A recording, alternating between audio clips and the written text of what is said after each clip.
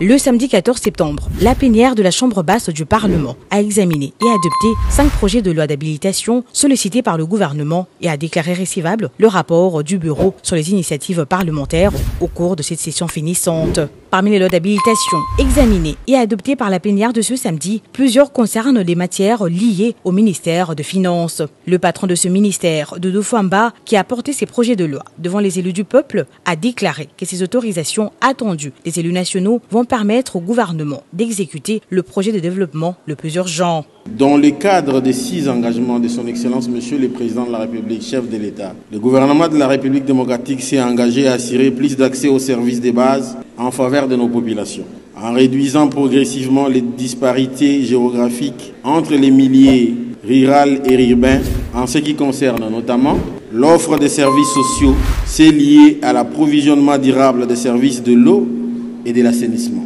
2. L'assainissement de la structure des prix des carburants terrestres et d'aviation pour assurer l'approvisionnement du pays en produits pétroliers. Et 3. Enfin, le développement des transports aériens pour assurer les transports à l'intérieur et à l'extérieur du territoire de la République démocratique du Congo par la mise en place d'un système de transport aérien fiable, organisé et efficace fondé sur les normes internationales définies par l'Organisation de l'aviation civile et internationale, OACI. Ce projet de loi d'habilitation concerne notamment l'autorisation de ratification de l'accord de prêt conclu entre la RDC et le fonds de l'OPEP, l'autorisation de ratification de la convention de prêt syndiqué entre la RDC et les banques commerciales pour paiement de MAG et pour finir, l'autorisation de ratification de la prise de participation de l'État dans la société Air Congo. D'autre part, la plénière a examiné et adopté le projet de loi d'habilitation autorisant la modification de la loi numéro 14/11 du 17 juin 2014 relative au secteur de l'électricité tel que modifiée et complétée par la loi numéro 18/031 du 13 décembre 2018.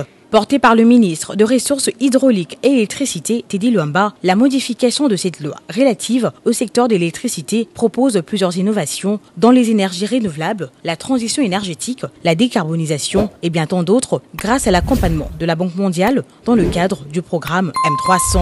Le programme M300, c'est un programme de la Banque mondiale qui prévoit de pouvoir sortir 300 millions d'Africains de l'obscurité, donc en les permettant à avoir un raccordement à l'électricité. Et la RDC est positionnée comme un des pays fondamentaux dans cette solution. C'est un accompagnement de pratiquement 16,5 milliards de dollars qui se fera en 7 ans. Nous avons le premier pilier, c'est le pilier de renforcement des infrastructures. Le deuxième pilier, ça sera le pilier de l'intégration régionale. Le troisième axe, ça sera l'axe de la décarbonisation. Plus de 70% des fonds alloués dans le programme du M300 vont toucher les zones rurales.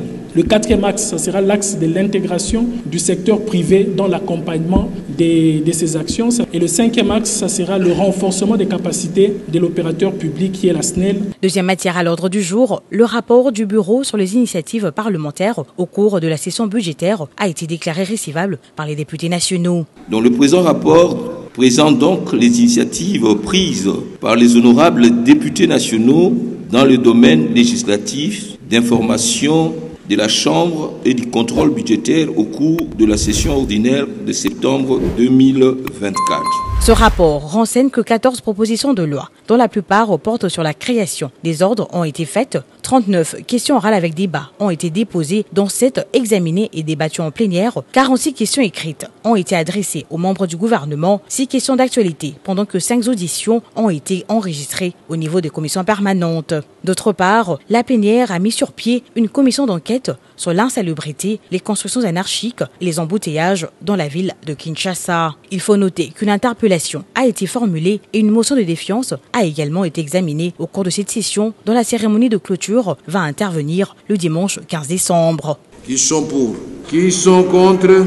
Qui s'abstiennent? Cette loi est adoptée et merci, honorables députés. L'autre temps fort de cette plénière, c'est l'appel fait par le président de l'Assemblée nationale, le professeur Vital Kamerhe, aux élus nationaux suite à la motion de l'honorable Crispin Bindoulé pour soutenir les FARDC et les populations victimes des atrocités de la guerre imposée par l'agression rwandaise. Moi, je pense que nous devons considérer un minimum de $500.